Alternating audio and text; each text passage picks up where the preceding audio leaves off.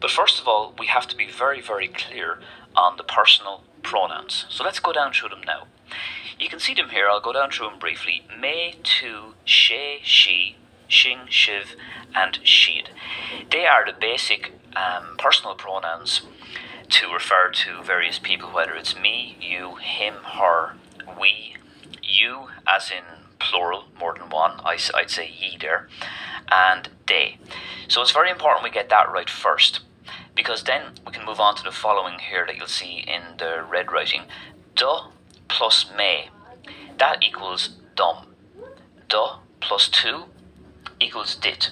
So you wouldn't say something is da tu, because again it wouldn't be a good flow of conversation. It wouldn't sound right. It would sound a bit cumbersome, and that's why we have the prepositions here to help make the language easier to say and easier to understand.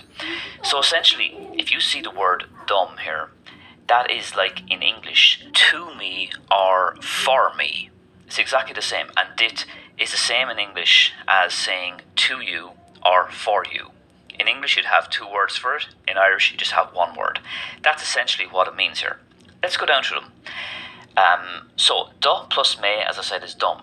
Da plus tu turns into dit. Da plus she turns into do, refers to him, to or for him. Da and she then transfers into di, that's to or for her. Then we have doing, div, and doiv for we, ye, and they. So once again, dum, dit, do, de, doing, div, and doiv.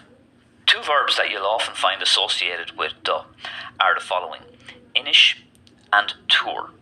Inish is to tell, and tour is to give. So inish dum, for example, is tell me, literally means tell to me.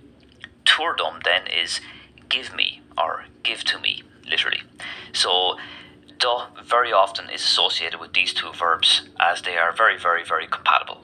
And let's see how now by looking at some sample sentences.